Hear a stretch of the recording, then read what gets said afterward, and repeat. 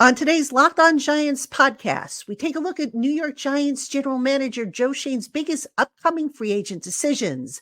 Plus, why is it taking so long to find a new defensive coordinator after such a quick hiring of the offensive line coach? And more. That's all coming your way next on the Locked On Giants podcast. You are Locked On Giants, your daily New York Giants podcast. Part of the Locked On Podcast Network, your team every day.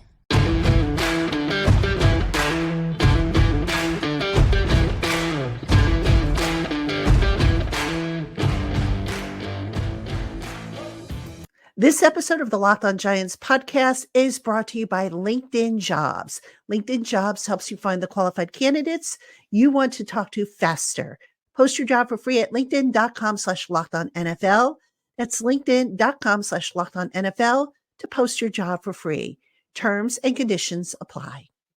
Hello, New York Giant fans, and welcome to another edition of the Locked On Giants podcast, part of the Locked On Podcast family, your team every day. My name is Patricia Traina, P-Train, credentialed member of the New York Giants media for Locked On, as well as for Giants Country, part of the Fan Nation Network. And I want to welcome you all in, especially my newcomers, my everydayers, my Blue Crew community members, the exclusive community of the Locked On Giants podcast, and everybody in between. You are all appreciated and loved by yours truly. So thank you for making us your first listen of the day, or if you watch on YouTube, your first watch of the day. And on today's Locked On Giants podcast, we've got a lot to cover. We're going to talk about some of the biggest free agent decisions that general manager Joe Schoen has to make. These are specific to his own players, and you probably can guess who a couple of them are going to be, but there might be one on here that maybe nobody's really talking a whole lot about. So we'll talk about that. Then in the segment 2, a question I've been getting from a lot of people is, why is it taking the Giants so long to hire a defensive coordinator, especially after they quick made a decision on the offensive line coach? And I guess some people feel that the offensive line coach is just as important as the defensive coordinator, which it is to a degree, but why has there been a delay? So we'll talk a little bit about that.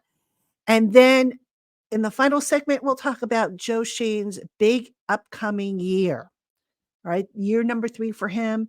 Is it a make or break year? And we'll talk about that, and kind of, probably is a make or break year. So we'll talk about that and the elements that, we can expect. So that is our agenda. Again, welcome on in. Let's get started. I'm going to kick things off with the Giants' biggest free agent decisions. Now, if you tuned in last week, my everydayers would know this too. I did a salary cap show with the state of the Giants salary cap as of, I think it was the night that I recorded the podcast, which I want to say was January 18th. So the salary cap is fluid, but that being said, there are still decisions that Joe Schoen has to make, starting with his own players. And I think we can all agree that one of the biggest ones is running back Saquan Barkley, and what do they do with him? But before I get into that, I also want to mention 2 other guys that I think are really, key decisions that Joe Schoen needs to make. And, coming up, on another show, we're going to actually do like a whole breakdown of all this stuff. But I want to talk about, the 3 guys that I think are most important here to consider. And that's Saquon, safety Xavier McKinney, and inside linebacker Isaiah Simmons. Those are the big 3 in my mind that Joe Schoen needs to make a decision on. Now let's take each one at a time. And I'm going to start with Saquon Barkley. Saquon Barkley, if he's looking for the same type of money that he was looking for last year, he's not coming back.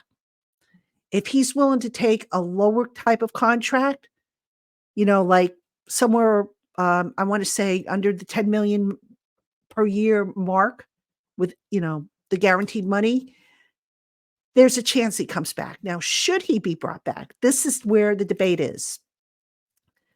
Saquon, as we know, is another year older. He's had another lower body injury. He was the Giants' offense last year. Let's call it what it is. He was the one guy that teams really focused on stopping. Now, the argument to bring Saquon back is, well, you don't let a guy like that go. He's still got a lot left in the tank. The argument against bringing him back, I think, is Well, the Giants just got to get a number one receiver. They got to keep Darren Waller if he comes back healthy. They can't be missing guys. So what I'm getting at with that second argument is, yes, Saquon was the Giants' offense, but is he replaceable? Probably. If you get a number one receiver, if you get more production out of your receiving core, if you find another running back. Now, another running back is not going to have the same skill set as Saquon. I get that. But then you can maybe mix things up a little bit more if you're the offensive coordinator, So that's something that they can think about. Right now, if I had to take a guess, and I've been saying this all along, and I'm going to keep saying it until I have evidence to the contrary to change my mind, I believe the Giants will look to franchise tag Saquon. And if they cannot move him, say by a certain point before the draft, or I'm so sorry, if they cannot re-sign him, say by a certain point by the draft, they will look to move him. You don't let a player like that necessarily walk away for nothing. So you would have to think that, if the Giants feel that Saquon does indeed have something left in the tank, they're going to want to get something for him. And look, you're not getting any comp picks in the draft this year. All right. Why not see if you can't get a draft pick or two for him? I'm not saying you get a number one. I don't think that will happen. I don't even think you would get a number two. But if you can get like a third round pick, and then a day 3 pick, or split it up, maybe get a conditional pick, why wouldn't you do it if you were the Giants? And again, people will say, well, you don't want to trade him because he's your offense. You can get people to become your offense again, whether it be, like I said, a number one receiver, which this team desperately needs and should be able to get in this draft class or in free agency if they choose to go that route. So, look, Saquon has been a great Giant. I'd hate to see him go, but from a business perspective, I could see where it makes sense. Xavier McKinney, I've said all along again, and until somebody gives me an argument otherwise, Xavier's not coming back. I see almost like a repeat of the Landon Collins situation, where Landon wanted a big contract, wasn't going to get it from the Giants, went on, got it elsewhere. Sadly, he didn't finish out his contract, came back to the Giants to finish out his career.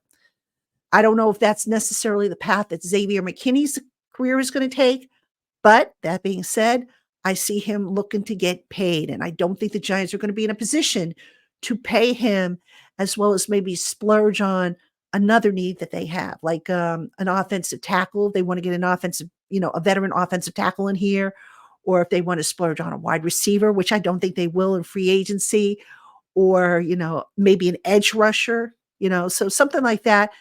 I don't think that they're going to be able to bring McKinney back. I think, he's not going to be here. Isaiah Simmons is an interesting one. Now, that's a guy that I know a lot of people don't really talk about. I'd bring him back. I know everybody's like, well, what about the new defensive coordinator and how he might use Isaiah Simmons if you bring him back? Good defensive coordinators will usually find roles for guys. All right. Especially, guys that they inherit from a previous regime. They will change things up. And you want a great example? Look at how when Wink Martindale was hired, how he changed up Dexter Lawrence's role, and suddenly Dex became an all-pro. So, I wouldn't be too concerned about saying, oh, they brought back, Isaiah Simmons and they have no role for him because the new defensive coordinator, isn't named and we don't know what kind of system he's going to run. Now, I wouldn't worry about that. But Simmons is a guy I would look to bring back. I wouldn't break the bank for him, but if you can get him on a 2-year deal, reasonably priced, and I haven't done the numbers, I'll have to do the numbers for another show, I would do it. So, to recap of the big three, I think Saquon gets the franchise tag. I don't think Xavier McKinney comes back. And I think the Giants look to bring back Isaiah Simmons. He's a good young player, fit in well with the defense. And I think, given his skill set, there are multiple things that the next defensive coordinator will be able to do with him. And speaking of the next defensive coordinator coming up, why is it taking so long for the Giants to hire a defensive coordinator? We'll talk about that a little bit right after this. Hey, Giant fans, LinkedIn Jobs knows that your small business's success all depends on the team that you surround yourself with. That's why LinkedIn Jobs has created the tools to help you find the right professionals for your team faster and for free. LinkedIn isn't just another job board. It has a vast network of more than 1 billion professionals, which makes it the best place to hire. It's so easy, in fact, that 86% of small businesses get a qualified candidate within 24 hours. It's why small businesses rate LinkedIn Jobs number one in delivering quality hires versus leading competitors. LinkedIn Jobs offers a process that is intuitive, quick, and easy. Screening questions help you decide who to interview and hire. So don't spend time sorting through endless resumes and dead end leads in your search for the right candidates for your small business. Put LinkedIn Jobs to work to you today for free by visiting linkedin.com/LockedOnNFL. Terms and conditions apply. All right, everybody, welcome back to the Locked On Giants podcast. I'm your host, Patricia Traina.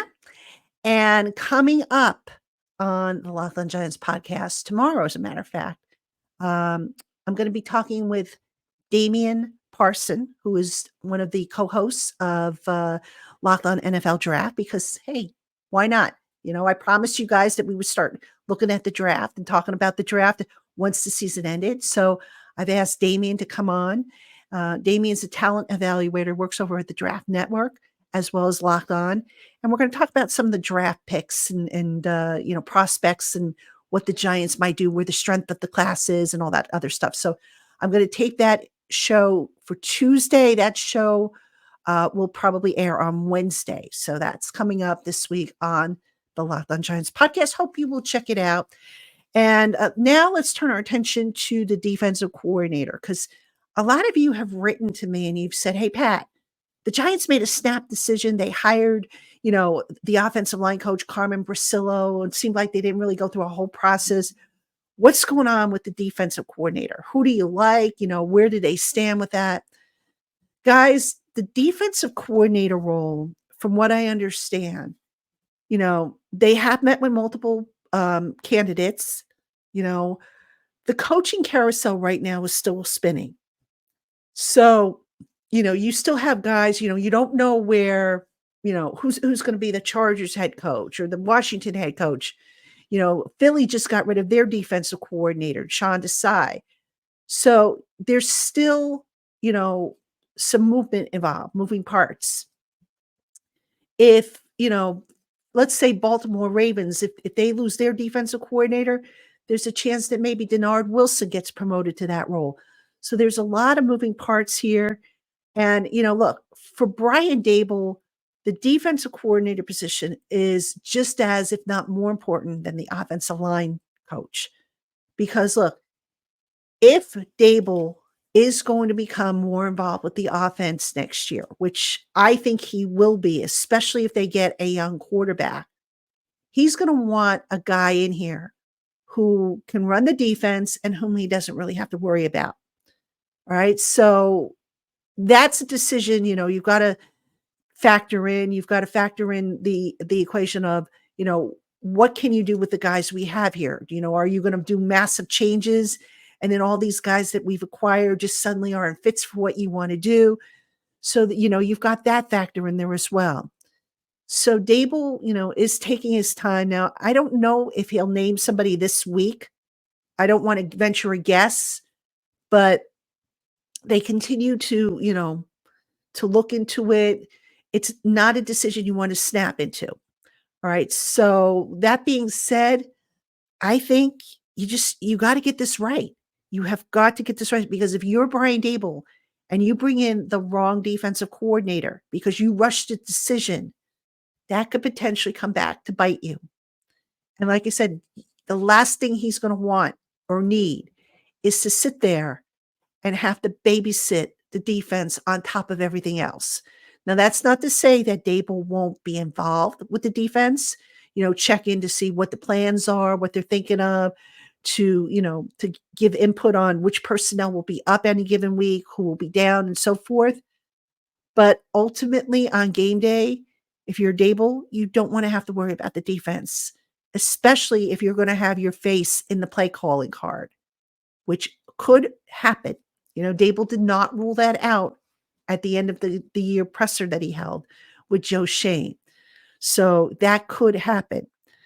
Now, the other thing that I think the Giants are maybe, considering as they talk to these various candidates is their creativity. What do these guys envision for the core group that's on the defense? So, for example, I mentioned how Wink Martindale, when he came in, he took Dexter Lawrence, moved him to nose tackle, a move that, by the way, I know we at Giants Country were talking about for, the season before that Martindale was hired.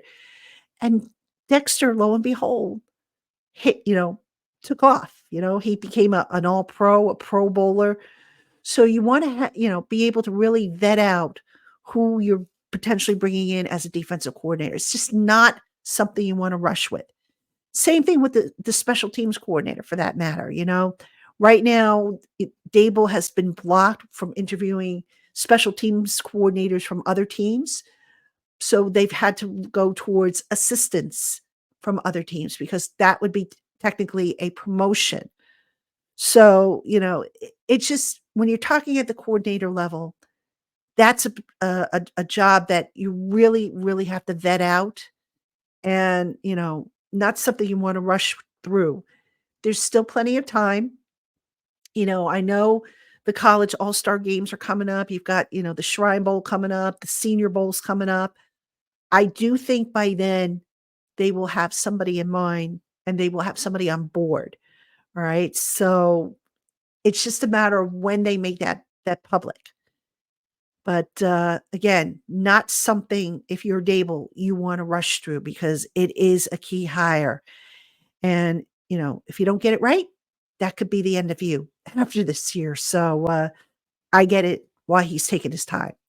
All right. Coming up next, Joe Schoen's got a big year ahead of him. Year number 3. Is it a make or break year? You better believe it is.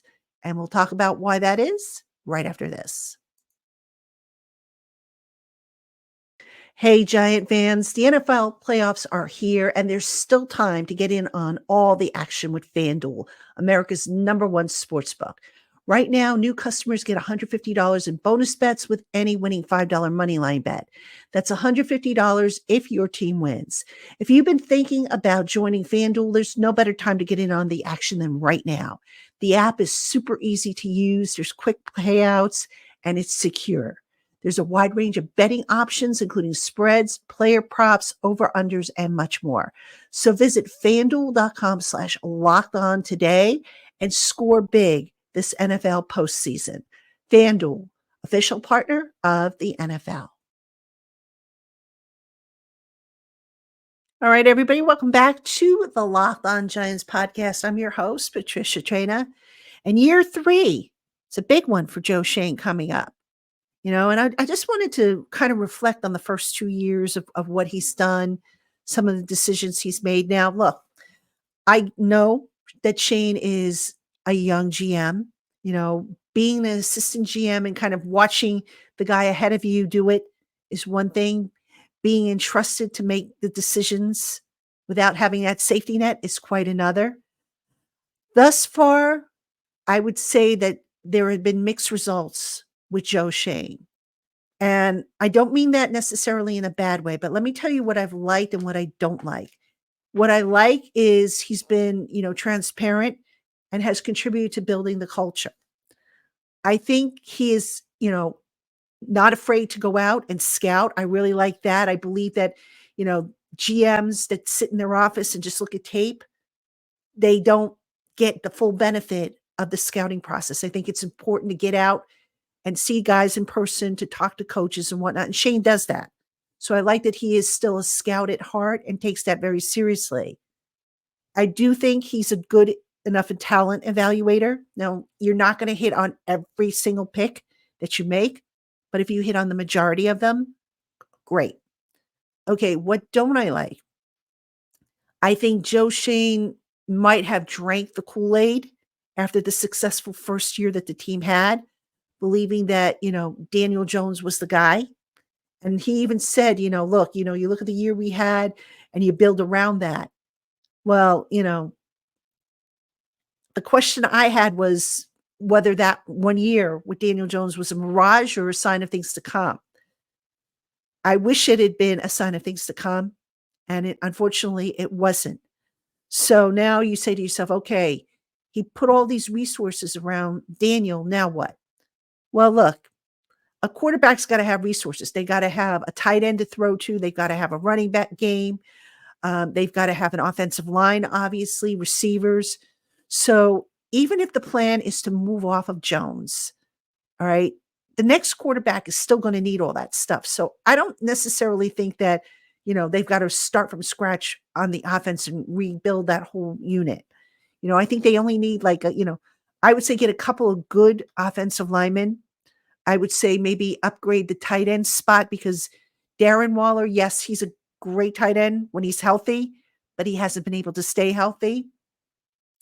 I would say maybe add to the running back group because, like I said, if they move on from Saquon, right now, the big question mark behind him. So, they can add to the offense. And I fully expect in the draft that they're going to focus heavily on that side of the ball. One other thing I haven't been ultra crazy about with Joe Schoen so far is how he's managed the cap. Now, to be fair, he came in first year and he had an absolute mess on his hands. That was not his fault. He had to, redo some contracts in order to give himself some breathing room. I totally get that. And I don't blame him for what he had to do. Last year, the cap situation was a little bit better. But still, when I look at the cap and I see that 3 guys are not going to be on the roster this year and they're going to count for over $6 million in dead money, yikes. Don't like that at all. So, I just in looking at some of these contracts, I guess I was a little surprised that, Shane went back to using signing bonuses because I don't know if you guys remember, I talked about this when Shane was first hired. I talked about the differences between how Buffalo set up contracts and how the Giants did it. Buffalo used roster bonuses and, other incentives that counted against that year. And that allowed them to minimize signing bonuses. And I don't think we saw enough of that from the Giants in the contracts they've handed out. So I'd like to see them maybe get back to that because it's really an effective way to manage your cap. Once you get it to a healthy, state of mind. And who knows, maybe that's what Shane is going to do down the line. But right now, I mean, the cap situation that the Giants have, it's not awful. It's probably middle of the pack league wide, but it could be better. And, year 3, it's got to start getting better. The cap is going up because all the new money from the TV contracts is coming in. So it's got to start going and becoming better. So, the jury's still kind of out with that, but thus far, I'm going to be honest with you, I'm kind of like meh when it comes to how Shane has managed the salary cap. All right. What else don't I like? I'm not a big fan of Shane's willingness to die on certain hills. So, for example, Darren Waller, he talked about how he would make that trade all over again. I don't know, man. I don't know if would he really, knowing that Waller had, the nerve damage or whatever, the nerve issue that he had. I don't know, man. I mean, would he really, or is he just saying that to save face? Or how about a better example? The Evan Neal situation and saying, oh, I went back and I looked at his tape and, he was, a tackle. That's what he was at Alabama with his technique a little bit different. He was more upright. And then he gets to the Giants and suddenly they're asking him to pass block on a 45-degree angle. And a guy with balance issues who's also top heavy suddenly can't do it. So, if that's the way the coach wants to go, and I'm talking about Carmen Brasillo now, does that mean that you're going to be willing to die on that hill? So, look, it's okay to admit when you screw up. And to his credit, Shane did that at one point, when he talked about the the punt returner role and how he messed that one up. Okay, I admire him for doing that, but it just seems like there's some other hills he's just willing to die on. And, look, he gets paid obviously a lot more money than I do. And his sole job is to look at this stuff probably all day long. Whereas, my job is a lot different. So I will yield to what he thinks, but I don't know, some of the decisions, the roster building that he did last year was a head scratcher. The activating guys off the practice squad, the selection there, that was a head scratcher at times. The handling of injured reserve players, that was a big time head scratcher. And I'm talking about guys that ended up on injured reserve, like Graham Gano, knowing that Graham Gano was going to need surgery and you're allowing him to go out and kick. Obviously, he was bad enough to where if he needed surgery, maybe you should have gotten him the surgery right away and not allowed him to kick. So there are things that, Shane is learning as a young GM, as a still relatively new GM. You can point also to the Daniel Jones contract, although I still maintain that the Giants really didn't have much of a choice there because given where they were drafting and given the market and the fact that they didn't, pick up Jones's option, what choice did they have but to re-sign him, especially knowing that, okay, he did so well in that year. They had really, how would it have looked if they hadn't run it back with him? So I don't really fault him for that because he did put in an escape hatch, which makes that contract a little bit easier to swallow. But, some people will look at that and say that that was a bad decision, that he should have, slapped the franchise tag on Daniel and tried to work things out with Saquon. Though, again, what those people forget is that Saquon's side was dug in on getting him a contract way more than what the Giants were willing to pay. So I don't really fault him there, but I could see where people would have a problem with that. So anyway, moving forward for year 3, what should we expect from Shane? Well, I like, again, that he's out there scouting, but I would hope with the contracts that they start to now, instead of, again, kicking money down the road because you've got to restructure, start going and following that Buffalo method, where you put more incentives into the contract, annual incentives that only count for that year, so that when you do have to cut a guy, the dead money hit isn't as bad. Or, when you do have to restructure a guy, you don't have to kick as much money, down the road to where now the prorated signing bonus that remains is so huge that, oh, we better put in a few extra voidable years so that we can absorb this. So, I mean, that's how I see it. I do think at the end of the day, Shane is still, the right guy to lead this team out of its ho-hums. But this is a big year for him, a big year. He's got to get the quarterback situation correct. He's got to fix that offense. Whatever guidance he has with Dable on the coaching staff, which I think is just, he gives his opinion and Dable ultimately makes the decision. That's got to be correct. There's just so little room for error with this team because, as I have said during games, how this team is not good enough to overcome mistakes. Right now, this team is not good enough to overcome mistakes made at the personnel level. And that probably is my biggest concern with Joe Schoen is, what mistakes will be made and can they overcome them? So we'll have to see. It'll be interesting to watch it unfold. And it continues to unfold. Coming soon, I expect the first, salary cap cuts to be made. And I talked about that last week on I think it was on Friday's show, if you want to check that out. So we'll see how it all plays out because Shane's got a lot of work to do to fix this roster. And it's going to be an interesting process. So, all right, everybody, that's going to do it for me on today's Locked On Giants podcast. Don't forget to tune in tomorrow. We'll have an all-new episode. And then Wednesday's show will be the draft show in which I have Damian Parson scheduled to be on that show. So hope you will check that out. Wishing you all a very good day, and I will see you tomorrow.